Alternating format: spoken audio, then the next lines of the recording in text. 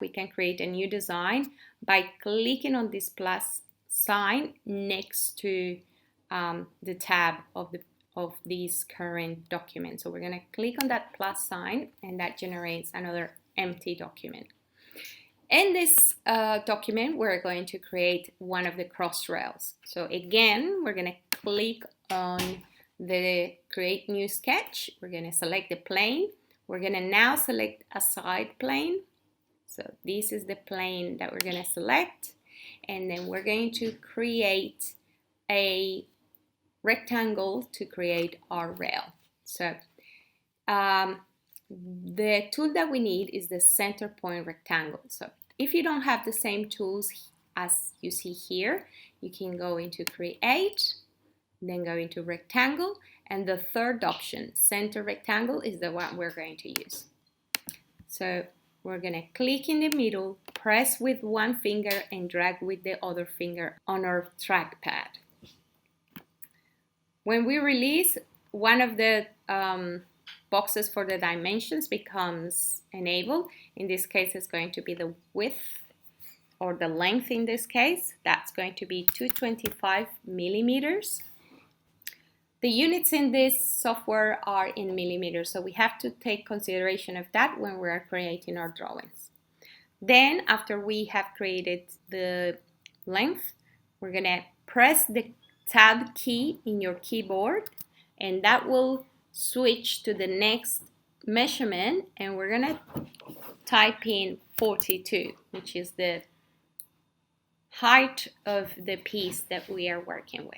Once we have done that, we press enter. And then we're going to draw the angle for the edges. So we're going to use the line tool. We're going to click on the line tool and then come down to the corner of, we're going to zoom in so it's a bit easier. So remember that you zoom in by pinching in and out with your fingers on the trackpad. And then we're going to come down here and click on right on the corner.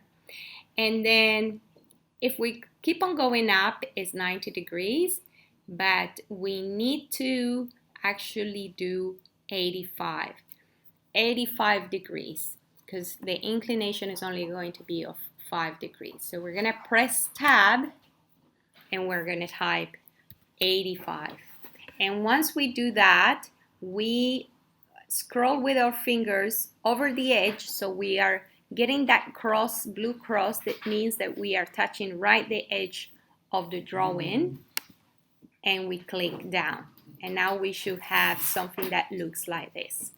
Then we're gonna use two fingers and slide across our trackpad to go to the other end. And we're gonna repeat this from the bottom corner.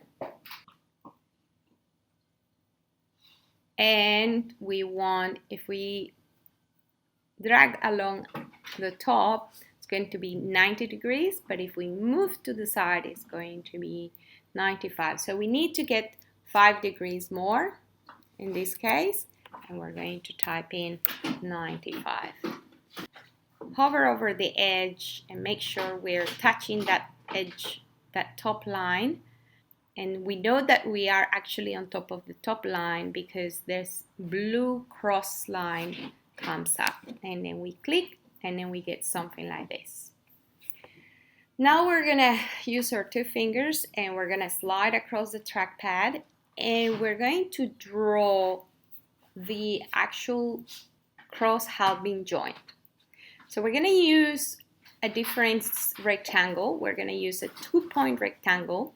We're gonna click on that tool, and we're gonna click right here in the middle where that middle point is. We're gonna click there and go up.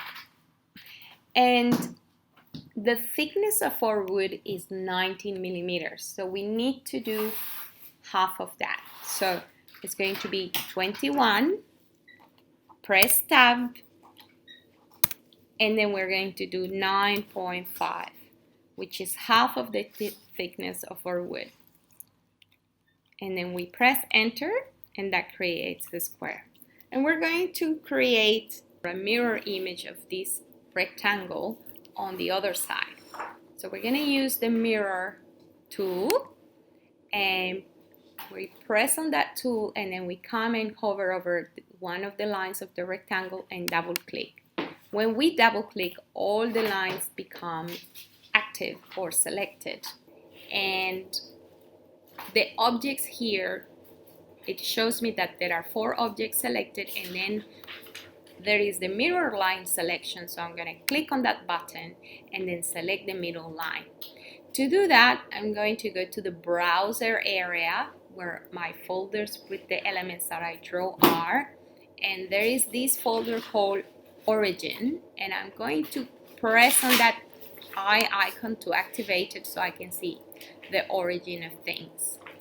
And with that origin, I'm gonna get, if I zoom out, I can see that I have 2 lines there, and I'm going to select the middle line, which is the green line there in this case, and hit OK.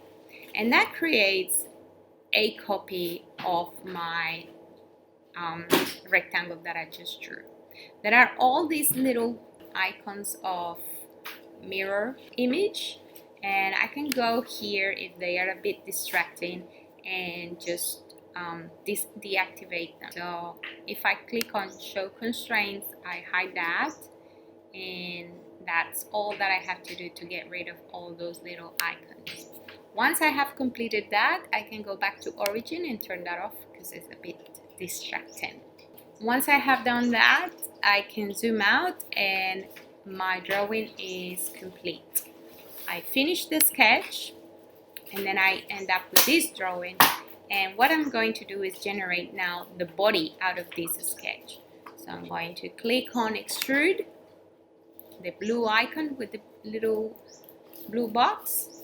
Then I'm going to hover over the structure in the middle here, and I am going to select the direction. The direction is going to be symmetric,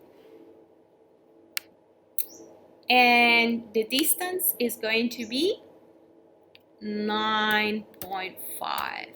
So this means if I hover here to the right hand side on the top, there is a navigation box and there is a little home icon. If I click on that home icon, it will take me to the isometric or perspective view. So when I click on symmetric, it will go equally, it will project equally to one side and the other. So that's what I want, because 9.5 plus 9.5 is 19, and we mentioned previously that that is the thickness of our timber. Once I have finished, I'm going to proceed and apply the materials. So I'm going to go into modify, physical material, wood. So I'm going to scroll down to wood and look for pine radiata, which is the material that we're using right now. Drop it on top, and that material is loaded in the library, so it will appear there.